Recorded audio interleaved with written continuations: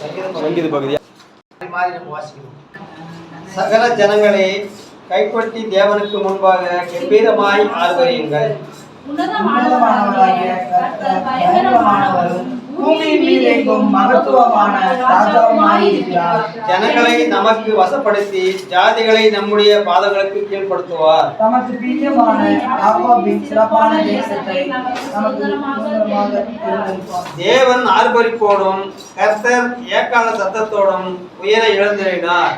தேவனை போற்றி பாடுங்கள், பாடுங்கள், நம்முடைய ராஜாவை போற்றி பாடுங்கள், பாடுங்கள். தேவன் பூமி அனைத்திற்கும் ராஜாவா கரத்துடனே அவரை போற்றி பாடுங்கள். தேவன் ஜாதிகள் மேல் அரசாளுகிறார். தேவன் தமது பரிசுத்த சிங்காசனத்தின் மேல் வீற்றிருக்கிறார். சேர்ந்து பாடுவோம். ஜனங்களின் பிரபுக்கள் ஆபிரகாமின் தேவனுடைய ராஜாவாக சேர்க்கப்படுகிறார்கள். பூமியின் ஜனங்கள் தேவனுடையவர்கள், அவர் மகா உன்னதமானவர். அல்லேலூயா. இந்த சங்கீதத்தினுடைய பகுதி அழகாக நமக்கு தேவன் இதை கொடுத்திருக்கிறார்.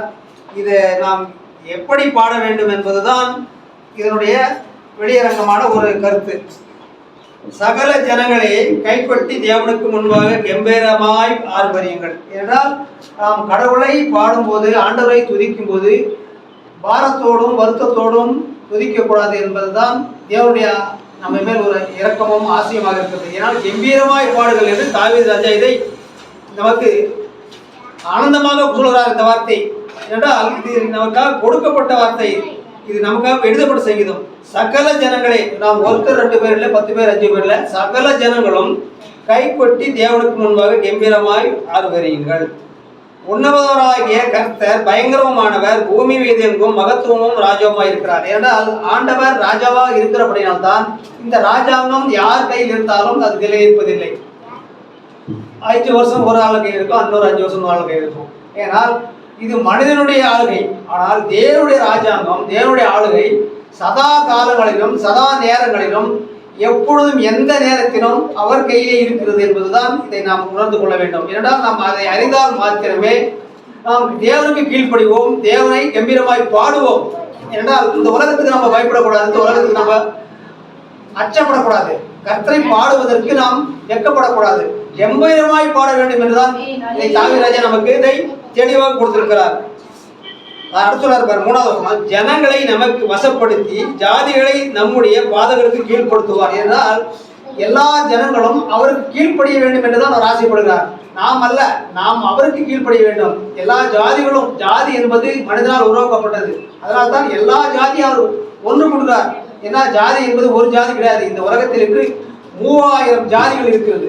அதை எந்த ஜாதி உயர்ந்த ஜாதி, எந்த ஜாதி மட்ட ஜாதி என்று யாராலும் சொல்ல முடியாது. ஏனென்றால் இன்றைக்கு உலகத்தில் வாழ்ந்து கொண்டிருக்கிற மனுஷன் பணம் இருக்கிறவன் உயர்ந்த ஜாதி, பணம் இல்லாதவன் தாழ்ந்த ஜாதி. இதுதான் இந்த உலகத்தில் இன்று வாழ்ந்து கொண்டிருக்கிற வாழ்க்கை. என்றால் வசதி உள்ளவன் பெரியவன், வசதி இல்லாதவன் தாழ்த்தப்பட்டவன். ஆண்டவர் சொல்றார், யாவரும் இதில் தாழ்த்தப்பட்டவர் அல்ல, எல்லோருக்கும் சரி சமம், எல்லோருக்கும் ஒரே ஜீவன் தான், எல்லோருக்கும் ஒரே உயிர் தான் இருக்கிறது. அந்த ஏழைக்கு ஒரு உயிர், பணக்காரருக்கு ஒரு உயிர் கிடையாது. பணக்காரனுக்கு அடித்தால் வலிக்கும், ஏழைக்கு அடித்தால் வலிக்காதா? எல்லாருக்கும் தான் வலிக்கும். அந்த வலி என்பது எல்லாருக்கும் உண்டாகக்கூடியது. ஆனால் அதே போன்று உயிரும் எல்லாருக்கும் சொந்தமானது. ஏழையானாலும் பணக்காரனாலும் உயிர் ஒன்றுதான். அதனால் நாம் கர்த்தருக்கு மட்டும் கீழ்ப்படியும் போது, கம்பீரமாய் கர்த்தரை பாடும்போது கர்த்தர் நம்மை ஆசீர்வதிப்பாராக, கர்த்தர் நம்மிடத்தில் அன்பு கூறுவாராக. தமக்கு தேவன் ஆர்ப்பரிப்போடும் கர்த்தர் ஏக்கால சத்தத்தோடும் உயர எழுந்தழினார். ஏனால் அவர் எழுந்தழினால் படினால் தான் இந்த பூமி என்று ஆர்ப்பரித்துக் கொண்டிருக்கிறது, இந்த பூமி என்று இயங்கிக் கொண்டிருக்கிறது. கர்த்தர் எழுந்து ஆர்ப்பரிக்கவில்லை என்றால் இந்த பூமி இயங்காது. என்றால் அவருடைய ஆளுகையில் இருக்கிறது. இந்த பூமியும் வானமும் பூமியும் கர்த்தருடையது என்று நாம் எதிர்த்து பார்க்கிறோம். ஆண்டவர் படைத்த பூமி என்று நாம் பார்க்கிறோம். இது நமக்கு சொந்தமானது அல்ல. நாம் சில காலம் இங்கு வாழ்வோம், ஆனால் இதை நாம் நிரந்தரமாக எடுத்துக்கொண்டு போக முடியாது. நாம் எதுவும் எடுத்துக்கொண்டு வரவில்லை என்றால் நாம் இந்த வாழும் நாட்களில் கர்த்தருக்கு நாம் பயந்து கர்த்தரோடு இருந்து கர்த்தரை கம்பீரமாய் பாடி அவரை சந்தோஷப்படுத்தினால் நம்மை தேவன் வந்து அழைத்து கொண்டு போகும் நாட்களில் நம்மை சந்தோஷமாக பலவரைத்து கொண்டு போவார். என்றால் நாம் இந்த பூமியில் வாழ்கிறது நிச்சயமான வாழ்க்கை அல்ல, நிரந்தரமான வாழ்க்கையும் அல்ல, பரிபூர்ணமான வாழ்க்கையும் அல்ல. இது என்றால் இது நாம் ஒரு காலத்தில் நமக்கு இது கொடுக்கப்பட்டது. தேவன் தயவு பார்த்து நம் தாய் தகப்பனுக்கு ஒரு சுதந்திரம் வேணும், ஒரு குழந்தை வேண்டும், அவர்கள் மனம் கடினப்படுத்தக்கூடாது என்று தேவனால் கொடுக்கப்பட்டது தான் நாம் ஒரு சுதந்திரம். அதை காத்துக்கொள்ள கடமைப்பட்டிருக்கிறோம். நாம் பிள்ளையனாலும் தாயானாலும் தகப்பனாலும் நாம் ஒன்றுபட வேண்டும், அன்பு கூற வேண்டும், ஒருவர் பாசம் வைக்க வேண்டும். அப்படி பாசம் வைக்கும் போதுதான் அது நம்மை கடைசி வரையிலும் பாதுகாக்கும். என்றால் கொடுக்கும்போது நல்லவர்கள், கொடுக்காத போது கெட்டவர்கள் என்று நாம் சில காரியங்களை சில மனிதர்கள் உள்ளத்தில் வைத்துக்கொண்டு கொடுத்தால் நல்லவர், கொடுக்கப்பட்டால் கெட்டவர்கள் உறவாட மாட்டார்கள். கொடுக்கிறவர்களே நல்லவர்கள் என்று பேசுவார்கள். ஆனால் காலமெல்லாம் யாரும் கொடுத்து உதவ முடியாது. ஆனால் நமக்கு இரவும் பகலும் காலமெல்லாம் கொடுத்து உதவக்கூடியவர் நம் ஆண்டவராகிய கர்த்தர் ஒருவரே என்று நாம் ஆர்ப்பரிக்க வேண்டும். அதுதான் நீங்க சொல்றது, ஆர்ப்பரியுங்கள் என்று.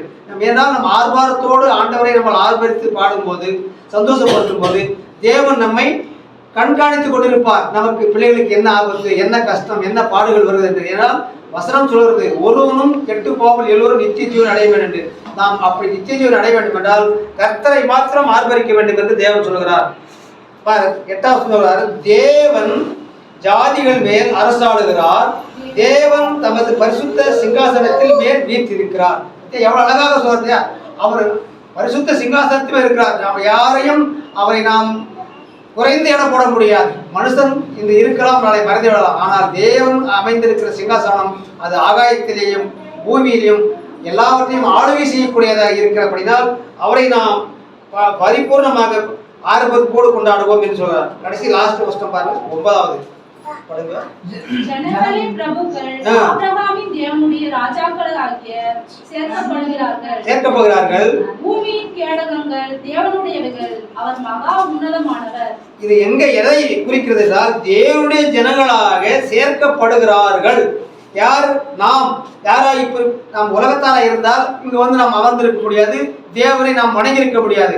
நம்மை தேவன் குறிப்பிட்டபடியினால் தான் நம்மை இங்கு சேர்க்கிறார். பார்த்தியா எவ்வளவு அழகாக இந்த வசனம் சொல்ற நமக்கு நாம் சேர்க்கப்படுகிறோம். அவரால் தான் நாம் இன்னைக்கு ஒருத்தர் நாளைக்கு 2 பேர், நாளைக்கு 3 பேர், இப்படி ஒவ்வொருவராக ஆலயத்தில் கூடி சேர்க்கப்படுகிறார்கள். அப்படி சேர்க்கும் போது தேவன் பரலோக ராஜ்யத்தில் மகிமைப்படுவார், சந்தோஷப்படுவார். நம்மை பார்த்து நம் பிள்ளைகள் நம் நாமத்திலே ஒன்று கூடுகிறார்கள், நம்மை ஜெபிக்கிறார்கள், நம்மை வணங்குகிறார்கள், நமக்கு கீழ்ப்படுகிறார்கள் என்று நம் மேல் அவர் பெரிய ஒரு சந்தோஷம். நமக்கு ஒரு உதாரணமாக ஒரு கதையை நான் சொல்கிறேன்.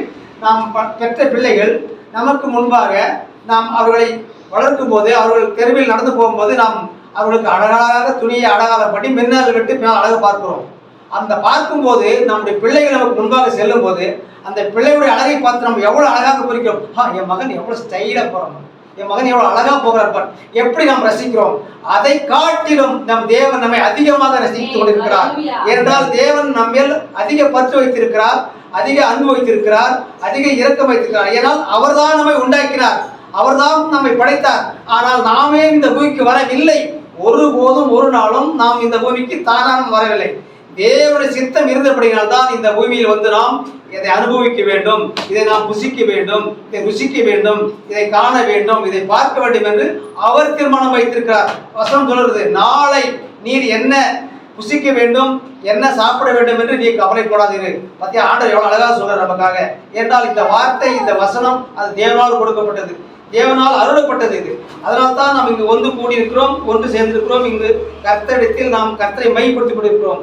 இந்த நாளில் நாம் கர்த்தரை மையப்படுத்தும் போது கர்த்தர் நம்மை அனைவரையும், உங்களையும் என்னையும் சேர்த்து ஆசீர்வதிப்பாராக.